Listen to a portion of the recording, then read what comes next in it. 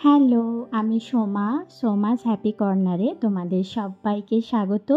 আজকে একটা খুব স্পেশাল একটা জুয়েলারি আমি তোমাদের সাথে শেয়ার করছি। আশা করি তোমাদের ভালো লাগবে। তো প্রথমে ক্লেটাকে খুব ভালো করে মিক্স করে নেব হাত নাড়া রেজিনকে।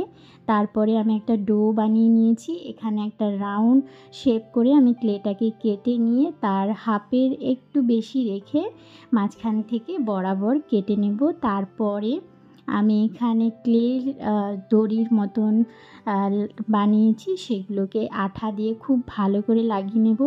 এখানে আমি একটা হাঁড়ি ইউজ করেছি। সেই হাঁড়িটাকে আমি কীভাবে ব্যবহার করছি, প্রথমে আমি ক্লেটাকে নিচের দিকটা অনেকটা রাখবো আর মাথাটা আমি ছুঁচলো করে রাখবো। সেখান থেকে নিচের দিকটাতে রাউন্ড করে হাঁড়ির শেপ দেব আর মাথার দিকে একটু পাপড়ির মতন টেনে টেনে ওটাকে চওড়া করে নেব। তারপরে এখানে আমি অনেকগুলো মিষ্টি বানিয়ে নিয়েছি। তো এই চোকারটাকে আমি এইভাবে রেখে এটাকে শুকিয়ে নেব, তাহলে একটা শেপ চলে আসবে। আর এখানে মেন হলো কাঠগোলাপ। তো কাঠগোলাপের টিউটোরিয়াল আমার অনেকগুলো দেওয়া রয়েছে, সেখান থেকে তোমরা দেখে নেবে। আর এক্সট্রা করে আমি আর কাঠগোলাপকে দেখালাম না। পুরো ক্লেটা শুকিয়ে যাওয়ার পরে এবার হলো কালার করার পালা। তো কালার এখানে আমি সবসময় বলি যে নিজের ভালো লাগা বা নিজের পছন্দ মতন যে কালারটা ভালো লাগে সেই কালারটা ইউজ করতে। তো আমি এখানে ডিপ ব্লুয়ের সাথে হোয়াইট কালার মিক্স করে একটা কালার আনার চেষ্টা করেছি। মাঝখানে আমি একটু হোয়াইটের শেড দিয়ে দিয়েছি আর সাইডে ডিপ ব্লু করেছি। হাঁড়ির যে হাঁড়ির কালারটা আমি রেড করেছি আর মিষ্টিগুলোকে হোয়াইট করেছি।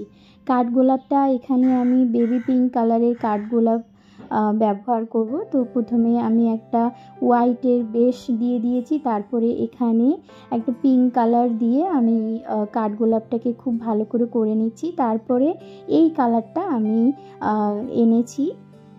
ইয়াররিংয়েও আমি সেম কালার ইউজ করেছি। তো এরপরে কাঠগোলাপের পাপড়িগুলোকে আমি একটু হাইলাইট করে দিয়েছি হোয়াইট কালার দিয়ে।